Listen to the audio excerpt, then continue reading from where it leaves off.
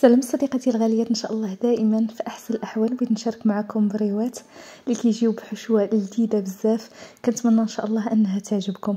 غادي نبداو على بركه الله. اول حاجه خديت هنا جوج ديال البصلات اللي كيكون الحجم ديالهم كبير، شلطتهم، زدت عليهم شويه ديال زيت المائده وغادي نردهم باش غادي يتشحروا. دائما مع التحريك حتى كتشحر لينا ديك البصيله حتى تنزل على هذا الشكل. كناخذ صدر، خديت انا صدر ونص ديال الدجاج، طحنته في الهاشوار، ما رديتوش كفته وانما قطع اللي كيكونوا صغارين على هذا الشكل هذا كما كتلاحظوا. فبالنسبه للكميه كديروا على حسب الكميه اللي بغيتو نتوما، فانا درت واحد الكميه كبيره باش نجمدها في المجمد كيف ما لاحظتوا معايا في البدايه ديال الفيديو. فدرتهم بريوات وفرقتهم بالبلاستيك وغادي نديرهم في المجمد. هنا من بعد ما تشحر ليا الدجاج كنحاول انني نفككو باش كيبقاو هكا قطع صغار، فكنضغط عليه باش كيتفرق. فراه حشوه اللي ساهله ما كتاخذ لا وقت لا مجهود، ومكونات اللي بسيطه والمذاق ديالها اكثر من رائع. فكنضغط على دوك الكويرات اللي كيكونوا هكا كبارين باش كيتفتتوا. غادي ناخذ واحد المعلقه كبيره عامره مزيان، تكون بومبي ديال الحمض مصير، معلقه عامره مزيان ديال الثومه مطحونه، وايضا القزبور المعدنوس تقريبا واحد 3 د المعالق كبار.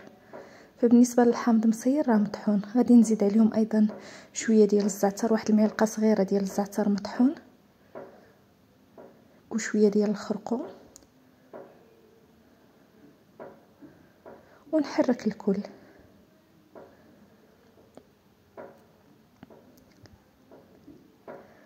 يمكن لكم ايضا نضيف واحد شويه ديال الابزار، فانا اكتفيت غير بالملح والخرقوم كتوابل، وكيجي في المذاق ديالو اكثر من رائع.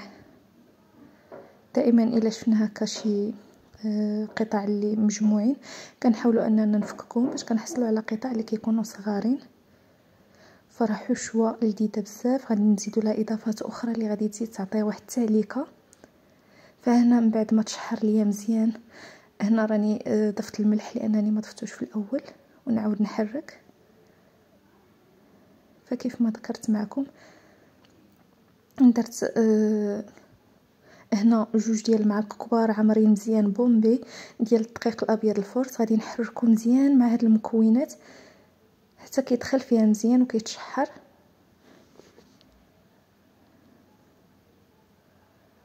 من بعد هنا راه معلقات كبار عامرين مزيان كنضيفهم وكنحرك مزيان. من بعد غادي ناخذ نصف لتر ديال الحليب وغادي نضيفو. فبالنسبه لهاد الكميه هذه اللي درت كميه اللي هي كبيره، صدر ونصف ديال الدجاج، فراه غادي نحتاج له نصف لتر ديال الحليب. فانتم على حسب الكميه اللي درتو. فكيف ما ذكرت معكم انا درت كميه كبيره باش نحتفظ بها. فغادي نبقى نحرك حتى تتعقد لي هاد الصوص. راه كتجي بنينه بنينه بزاف وما فيهاش لا مجهود لا كثره مكونات.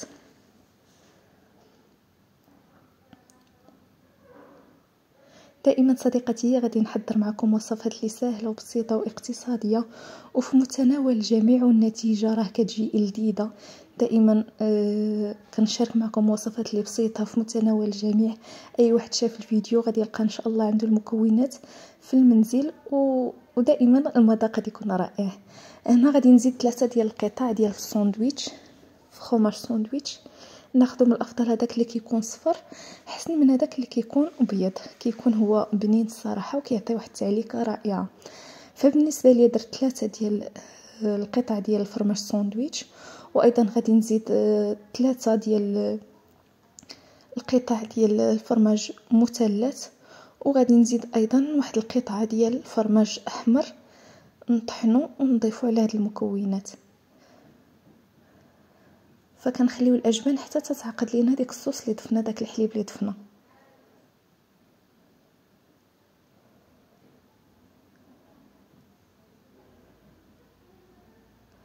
كناخذ هذا الفرماج هذا الذهبي كيكون لذيذ حتى هو.